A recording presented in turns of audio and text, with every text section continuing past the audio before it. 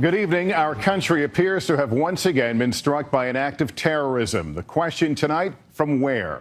4 U.S. Marines are dead, gunned down by a lone shooter during attacks on 2 military facilities 7 miles apart in Tennessee. The gunman, identified by authorities as Mohammed Yusuf Abdulaziz, was also killed. The motive for the attacks unknown. The Justice Department only saying this is being investigated as an act of domestic terror. Let's get right to Gabe Gutierrez, who leads our coverage from Chattanooga. Gabe, good evening.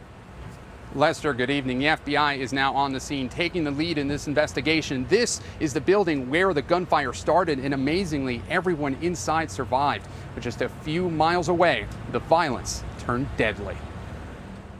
Terrifying moments today in Chattanooga,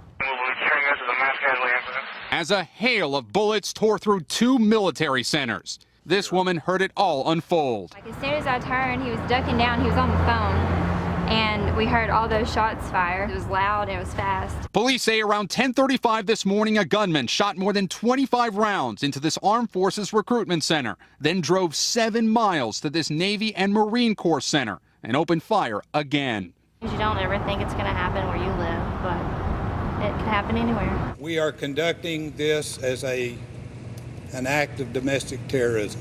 The chaos lasted half an hour. Authorities say 4 Marines were killed. So was the gunman. Law enforcement officials identify him as Mohammed Yusuf Abdulaziz. It's not clear whether he took his own life or was shot by police. An officer was shot in the ankle. Several other people were wounded. It is incomprehensible to see what happened and the way that individuals who proudly serve our country were treated. The shooting spree prompted lockdowns at Chattanooga State Community College, a nearby hospital, and even the state capitol and the governor's mansion, more than 130 miles away in Nashville. The Department of Homeland Security deployed a strike team, and the airspace over Chattanooga was briefly closed. Repeated constantly on social media, that's so important. I'm seeing so many people, so many of you who are saying, pray for Chattanooga, pray for our city. Tonight, this community is remembering the lives lost and wondering how this could happen here. President Obama was briefed on the situation just after it unfolded, and tonight the Department of Homeland Security is stepping up patrols at certain federal facilities out of an abundance of caution, Lester.